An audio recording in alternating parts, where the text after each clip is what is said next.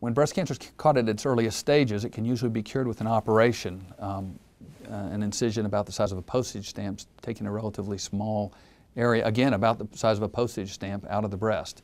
And there's a small scar, and usually that's all there is to it. The woman is cured. And again, our goal is to find cancer when it's at that stage. When it's beyond the earliest stage, which is stage 0, which is non-invasive ductal cancer, when it's beyond that stage, we have to be concerned that it may have spread outside the breast. That's when it's an invasive cancer.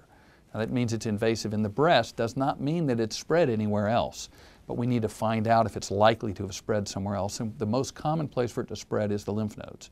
So what we want to do is sample those lymph nodes, and whether the woman chooses a lumpectomy or a mastectomy, we almost always do a sentinel node procedure for invasive tumor.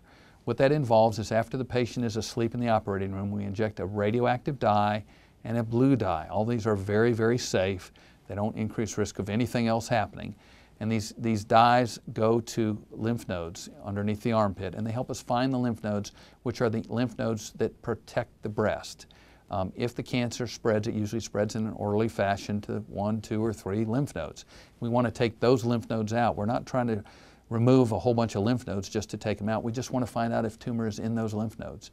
And so we use that study to find out if there's any tumor in the lymph nodes. It involves a second incision in somebody who has a lumpectomy, and sometimes a mastectomy patient will have a second incision. It's a smaller incision, about the size of a postage stamp. It's under the armpit in almost all cases.